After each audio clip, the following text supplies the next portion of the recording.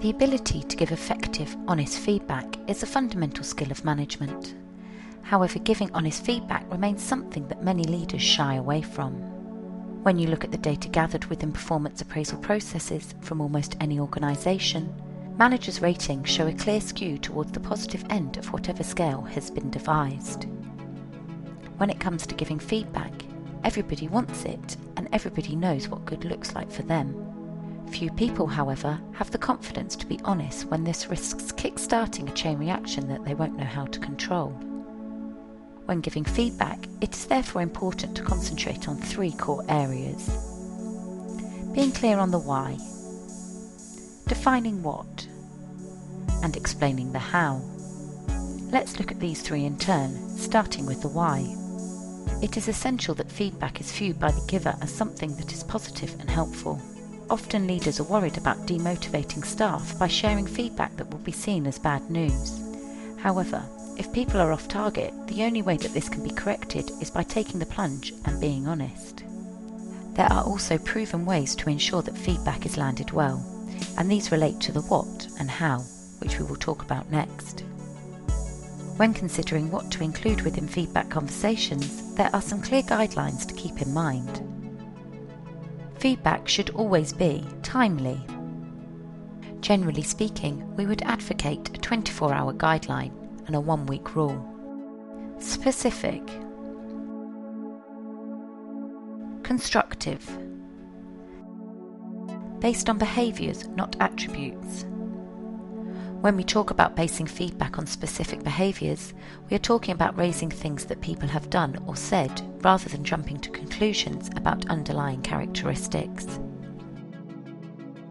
Delivered in a way that the receiver can understand and be motivated by a desire to help.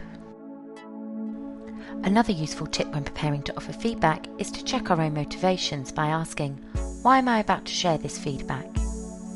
If the answer is anything other than because it will help the individual concerned or the organisation, then we should revisit what we are about to say. Now let's consider the most important aspect of giving feedback, the how. The first thing to say here is that there is no room for sandwiches. The old good bad good combination only confuses people. Many victims of this approach walk away remembering the good news and forget the bad. Secondly, don't dance. We would never advocate leaders tiptoe around issues with excessive small talk. If you have bad news to deliver, get on with it. Instead, we recommend the following 5 steps. 1. Gain permission. 2. Discuss observations. 3. Discuss the impact. 4. Explore the issue. 5. Discuss and agree actions. As well as being simple, there are 3 clear reasons why this model works.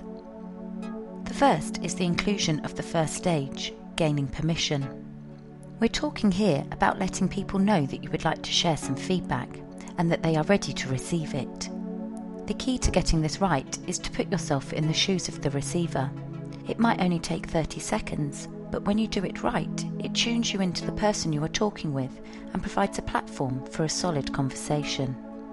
The second reason that this model works is that the discussion of observations is just one stage.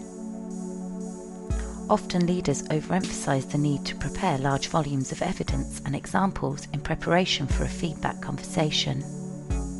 Focus on the key messages and ask yourself, what are the most important pieces of feedback you need to cover, rather than looking to over-prepare an exhaustive list of every little detail. The third reason is the emphasis on discussing the impact and exploring the issues. That comes after the observations have been shared. The aim within these 2 stages is to exchange views and develop each other's understanding of the situation. Critically, you will be allowing the participant to process the feedback you have just shared with them, giving them time and support to understand the information and work out what it means for them. The best way of doing this is to ask questions such as, do you notice the impact you have when you do this?